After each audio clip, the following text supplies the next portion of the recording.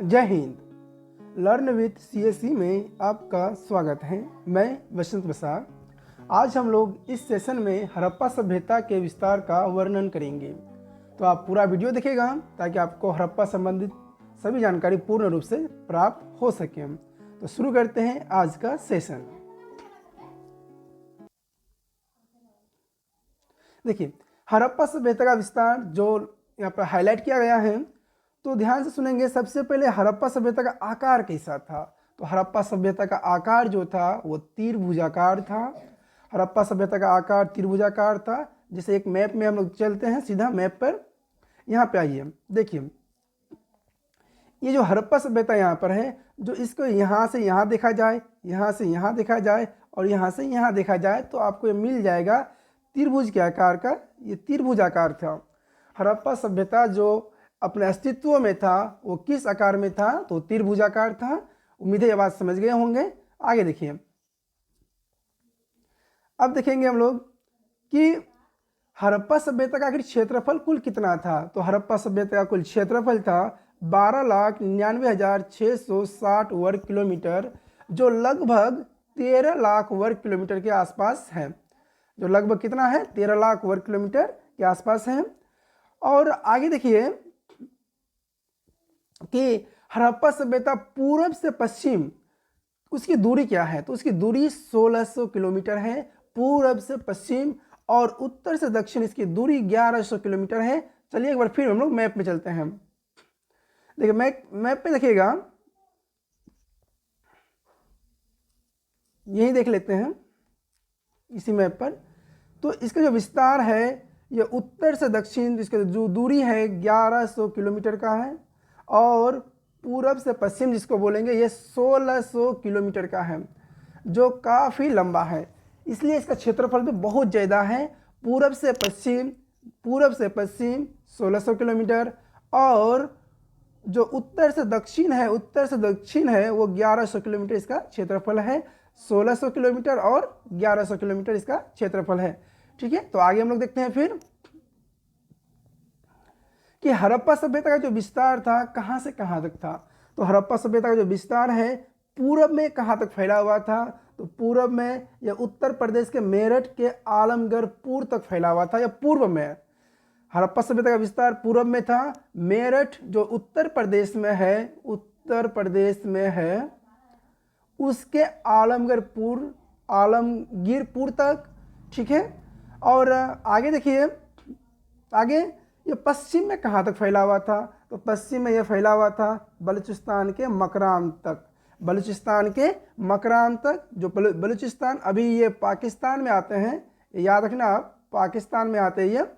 तो बलूचिस्तान के मकरान तक ये पश्चिम में फैला हुआ था, और पूरब में जो ये फैला हुआ था ये कहाँ तक? उत्तर प्रदेश के मेरठ के आलमगीरपुर में। चलिए एक बार फिर मैप में आते हैं हम लोग, मैप में देखते हैं। देखिए, ये जो यहाँ पर है ये इसका सबसे पश्चिम बिंदु है। ये वाला बिंदु सबसे पश्चिम है, और ये सबसे पूर्वी बिंदु है। जो ये उत्तर प्रदेश का बिंदु है, और ये जो बिंदु है ये आता है आपका बलूचिस्तान जो पाकिस्तान में है, और जो मकरान है बिंदु। तो इसको और हम लोग यहाँ देखते हैं इस मैप पर। तो ये जो मैप देख रहे हैं हम लोग अभी, ये जो मैप, ये हिस्सा उत्तर प्रदेश का, ये बिहार का है। तो ये उत्तर प्रदेश इस तरह से यहाँ से ऐसे इस तरह से आया है उत्तर प्रदेश। ठीक है, तो ये उत्तर प्रदेश के क्षेत्र को भी कवर करता था, और उत्तर प्रदेश के कहाँ? मेरठ के आलमगीरपुर तक हड़प्पा सभ्यता का विस्तार पूर्व में था, और पश्चिम में आप समझ गए होंगे कि वो बलूचिस्तान तक था। आगे देखिए अब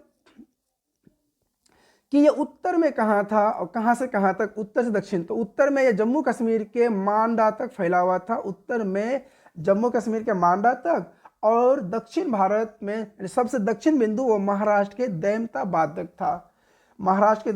तक था। जो फिर एक बार हम लोग मैप में जाना होगा। अब मैप में आइए, एक बार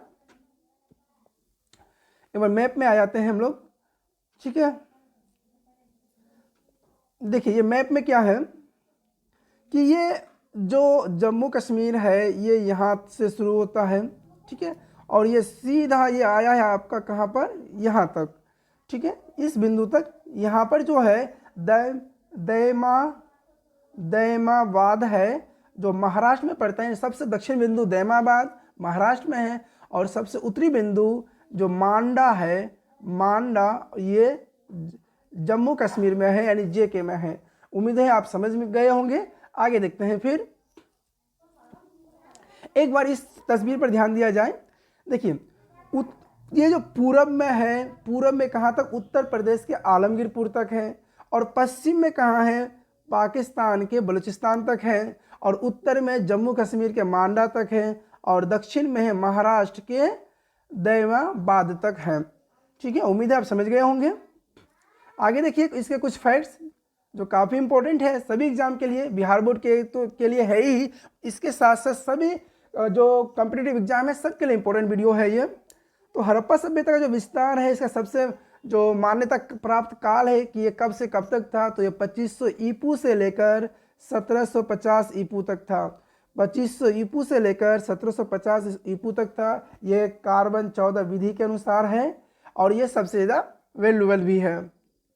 आगे देखिए कि हड़प्पा सभ्यता का जो इतिहास है किस युग से संबंधित है, तो ये बहुत इंपॉर्टेंट पॉइंट है। ये सभ्यता जो संबंधित है आपका वो आद्य इतिहास से है। आद्य इतिहास का अर्थ हुआ ऐसा इतिहास जिसमें लिखित तो कुछ मिला हो, लिखित तो कुछ मिला हो, कुछ पढ़ा ना जा सके, पढ़ा ना जा सके, तो ऐसे इतिहास को आद्य इतिहास कहेंगे। हालांकि हड़प्पा सभ्यता में कुछ चीज़ मिले हैं और जिसे आज तक पढ़ा नहीं गया है, और वैसे भी इस सभ्यता के अधिकांश लोग अनपढ़ ही थे।